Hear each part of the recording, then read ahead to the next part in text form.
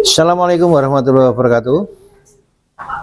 Akhir-akhir ini, beberapa hari terakhir ini, DPR RI, beberapa DPR dari 4 partai paling tidak itu mengeluarkan statement bahwa ada usulan pemilihan kepala daerah itu akan dilakukan oleh DPRD.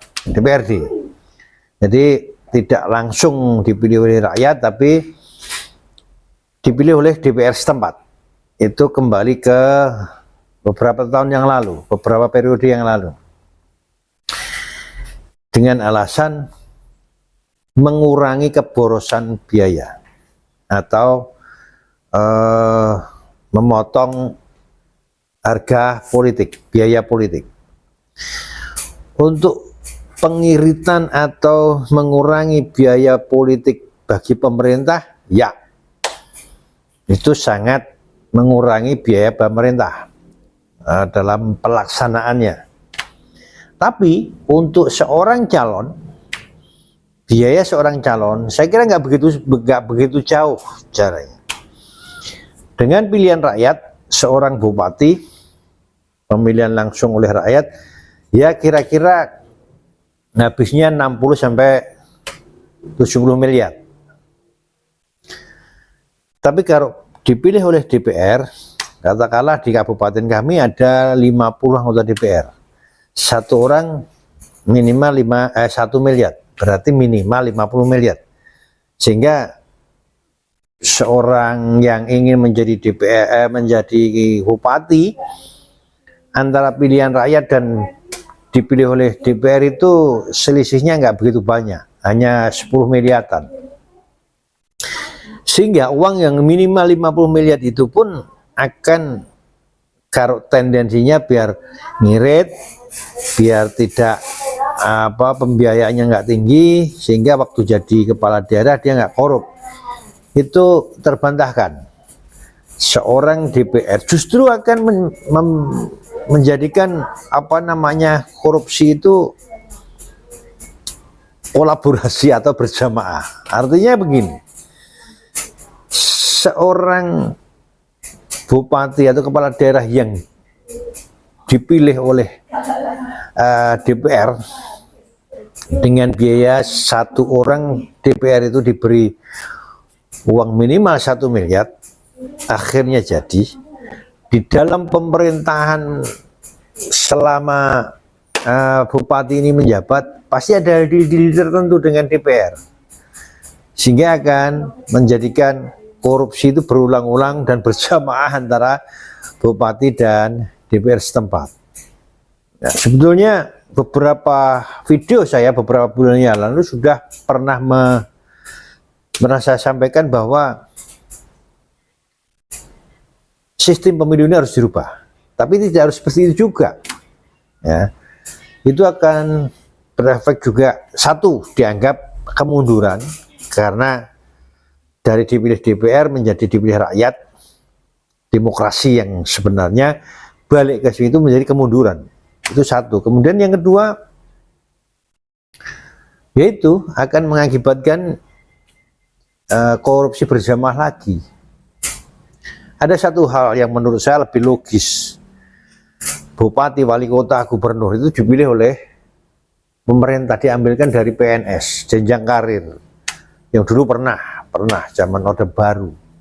Ya, cuman itu juga ada kelemahannya, Ya, si Yusril Ishak Mahendra, ya, pernah mengatakan, jadi yang mengusulkan kepala daerah dipilih oleh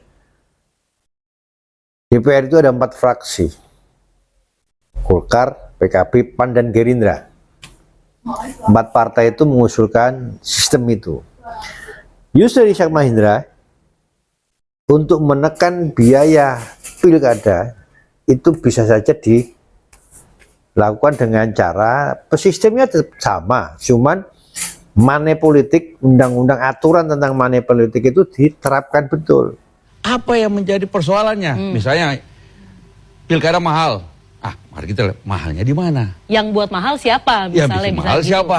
Ada nggak solusi untuk membuatnya mahal? Saya bilang ada. Oke. Kalau mau kita diskusikan itu tentang bagaimana membuatnya menjadi murah. Oke.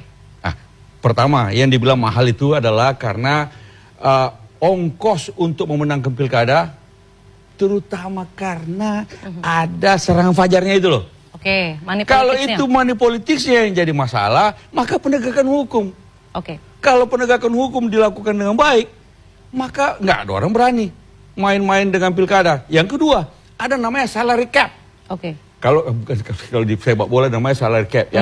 Masing-masing klub sepak bola itu ditentukan berapa banyak boleh dia spending dalam rangka itu. Di Amerika juga ada. Kemarin itu Zohran Mamdani, pemilihan wali kota New York, sampai mengatakan, tolong nggak usah lagi kirimin uang saya, kasih sumbangan politik untuk Zohran Mamdani, karena saya sudah mencapai limit. Limit penerimaan sudah saya capai, limit spending juga sudah dia capai, sehingga tidak bisa lagi. Maka ada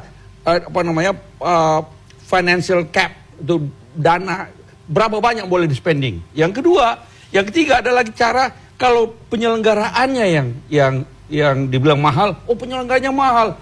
Gini, caranya adalah kurangi jumlah TPS. Kurangi jumlah TPS, maka dia akan menjadi lebih murah. Apalagi kan cuma 3. Kalau sekarang pemilu daerah itu cuma kepala daerah, pemilu provinsi, DPRD provinsi, dan DPRD kabupaten kota. Cuma 3 kota di dalam yang dipilih. Karena begitu, karena itu perhitungannya cepat. Maka kalau sekarang ini jumlah pemilih per TPS sekitar 300-an. Kalau kita jadikan 1000, maka akan berkurang 1/3, 2/3 dari jumlah TPS. Dan kalau itu diterapkan betul, tidak hanya pilkada, pileg pun demikian. Sehingga seorang yang ingin jadi kepala daerah, seseorang yang ingin menjadi dewan, itu betul-betul murni karena aspirasi masyarakat, bukan karena uang. Kalau betul-betul itu bisa dijalankan, hebat betul. Tapi kalau tidak, semakin sama negara ini akan semakin kacau. Logikanya gimana? Pemilu tahun kemarin, 1 orang DPRD 2 ingin menjadi DPR di tingkat kabupaten. 1 pemilih dibayar ada yang 50, ada yang 100. Yang kemarin dibayar 50, memberi uang 50 kepada masyarakat, nanti di tahun 2029 50 itu nggak laku. Yang kemarin, pemilu kemarin memberi uang 1 suara itu 100, 2029 seorang 100 sudah nggak laku. Kemarin aja ada di wilayah saya pemilihan RT yang gajinya hanya 350 dan tidak mendapatkan bengkok.